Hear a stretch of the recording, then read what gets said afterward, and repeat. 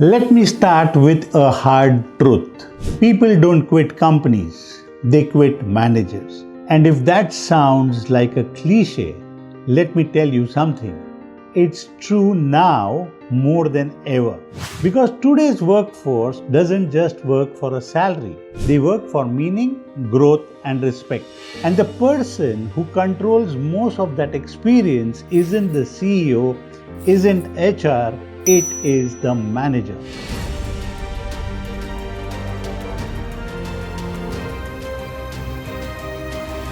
Hi, I'm Shailesh Kantak, Leadership and People Systems Coach and founder and CEO of Flexi Ventures Private Limited. I work with entrepreneurs and business owners who want to build teams that stay, not because they have to, but because they want to. And in my 30 plus years of experience, I have seen this pattern repeat again and again. Not just in corporates, but in startups and family-run businesses too. When a great performer quits, 90% of the time it isn't about pay, perks, or workload. It's about leadership behavior. So let's unpack this. Why do people actually quit managers? And more importantly, how can you as a leader fix it before you lose your best people? Here's the first reason: micromanagement disguised as care. You know that manager who says, I just like to stay updated. But what that really means is, I don't trust my team. Micromanagement kills ownership. When people aren't trusted to take decisions, they stop thinking. And once they stop thinking, they disengage. I once worked with a founder who reviewed every client email before it went out.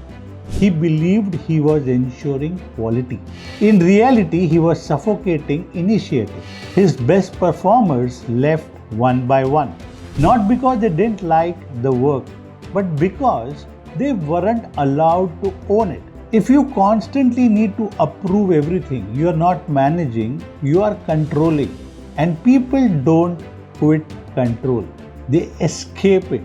The fix: delegate with clarity, not with fear.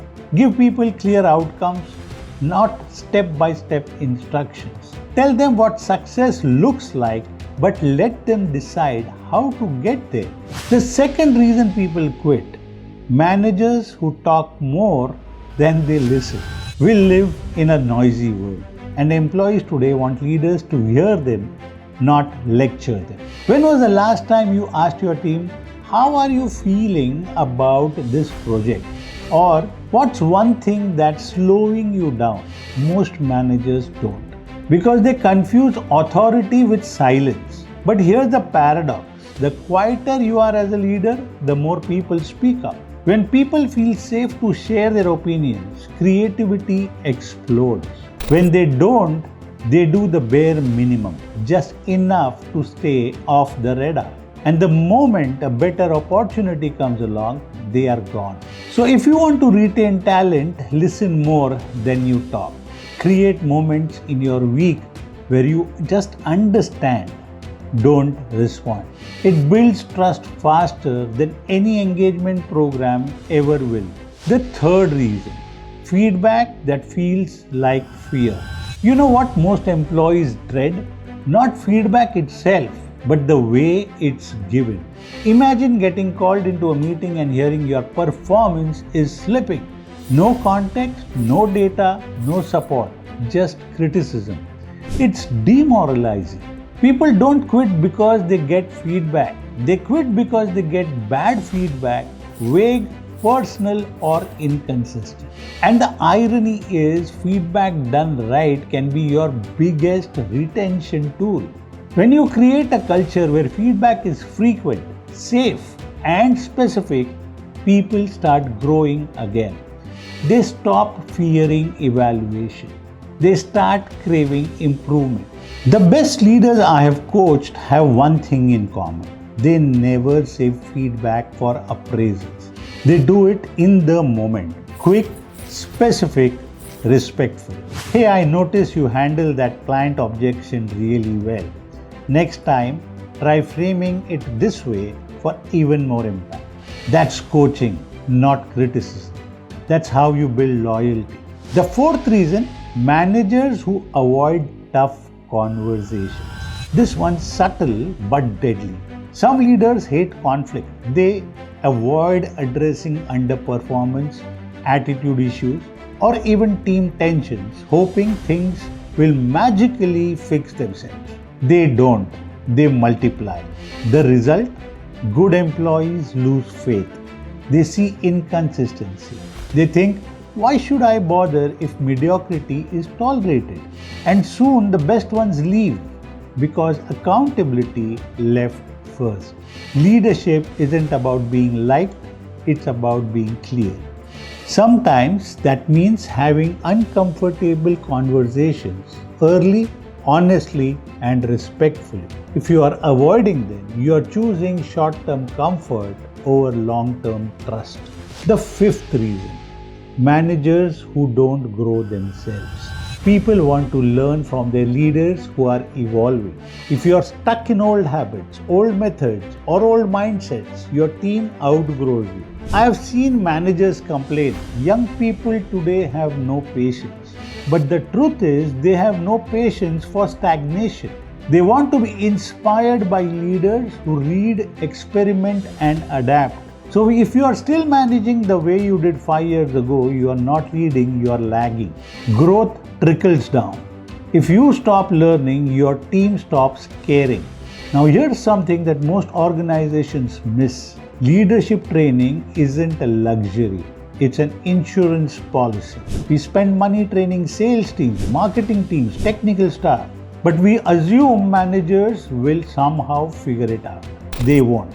Managing people is a skill, not a promotion. And if you don't train your managers, your best employees will end up paying the price. Train your managers to have tough conversations. Train them to listen without judging. Train them to coach instead of command. And you will fix 80% of your attrition problems even before they start. And finally, the biggest reason people quit managers is emotional disconnect. It's when employees feel unseen, when their work goes unacknowledged, when effort feels invisible. It's not about money, it's about meaning. I remember coaching a founder whose star employee resigned after 5 years. When I asked her why, she said, I realized he doesn't even know what I care about anymore. I have been delivering, but no one noticed. It hit him hard because he did value her. He just never said it. Recognition isn't just appreciation, it's acknowledgement of worth. And leaders who express it often build cultures that people don't want to leave. So what's the fix? Number 1, start with awareness. Audit your managers. Ask employees anonymously, what does your manager do that motivates you and what makes you feel disengaged? Patterns will emerge. Number 2, create feedback loops. Train managers to seek upward feedback. Let employees rate their experience. It's uncomfortable at first, but incredibly powerful. Number 3, coach your managers monthly, not just on KPIs, but on people behaviors. Because leadership is not taught once, it's built over time. And number 4, model it yourself. If you are a founder or senior leader, your behavior becomes the template. Show vulnerability, show curiosity, show respect. Your managers will follow. Here's what I have learned over the years. People rarely quit a company because of one big event. They quit because of 1,000 small moments where they felt unheard, unseen, or undervalued. Fix those moments and you fix your attrition. If this message resonated with you, follow us for more such actionable insights on leadership, people systems, and building stronger future-ready teams. This is Shailesh Kantak signing off, reminding you that leadership isn't about keeping people in line, it's about keeping people inspired.